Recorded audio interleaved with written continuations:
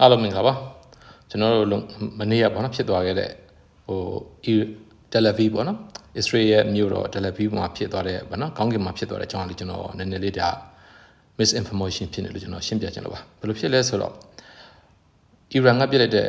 ပေါ့နော်မစ်ဆိုင်းတွေဟာအစ္စရေးရဲ့ခေါင်းကင်မှာရောက်လာတယ်ရောက်လာတဲ့အချိန်မှာအောက်ကနေပြီးတော့အစ္စရေးရဲ့ပေါ့နော်အာယုံထုံးကနေ defense ကနေပြီးတော့ပြစ်ချတဲ့အချိန်မှာအီရန်ရဲ့မစ်ဆိုင်းကိုထိပြီးတော့အီရန်မစ်ဆိုင်းကအစိမ့်မှာဖြစ်ပြီးတော့ပြုတ်ကျလာတယ်အဲ့ချိန်မှာသူရဲ့အစိမ့်မှာဖြစ်လာတဲ့အပိုင်းလေးတွေမီးလေးတွေရဲပြုတ်ကျလာတယ်အဲ့ဒါကိုကျွန်တော်တို့အများစုကတော့မြတ်ကလစတာဘုံနဲ့ကျဲရတယ်ပေါ့နော်အစ္စရေးကိုကျဲခံရတယ်လို့ပြောနေကြတယ်တကယ်ကျကလစတာဘုံမဟုတ်ပါဘူးဒါကျွန်တော်တို့ဒီမစ်ဆိုင်းကိုပြစ်ချက်လိုက်လို့မစ်ဆိုင်းကလည်းစိမ့်မှာဖြစ်ပြီးတော့ကျလာတာပါသူသဖြင့်ကြည့်လို့ရနိုင်တာဒီမစ်ဆိုင်းကျလာတဲ့အချိန်မှာဖြည်းဖြည်းနဲ့အောက်ပိုင်းနဲ့ရောက်တော့သူပျောက်ကွယ်သွားတယ်ပျောက်ကွယ်သွားဆိုစိမ့်မွားလေးရဖြည်းဖြည်းနဲ့ပျောက်သွားတယ်ကလစတာဘုံဆိုရင်လည်းမပျောက်ကွယ်ဘူးပေါ့နော်ဒါကကျွန်တော်ထင်မြင်ပြောတာမဟုတ်ပါဘူးကျွန်တော်တို့ Middle East ကပေါ့နော်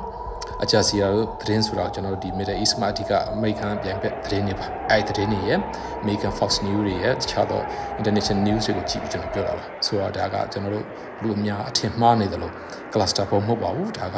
ဘာဖြစ်လဲဆိုတော့ဒုံးကြီးကို missile ကိုကနေပြီးတော့ပစ်ချလိုက်လို့စစ်စစ်မှဖြစ်ပြီးကျလာတဲ့ video file မှာကျေးဇူးများတင်တယ် thank you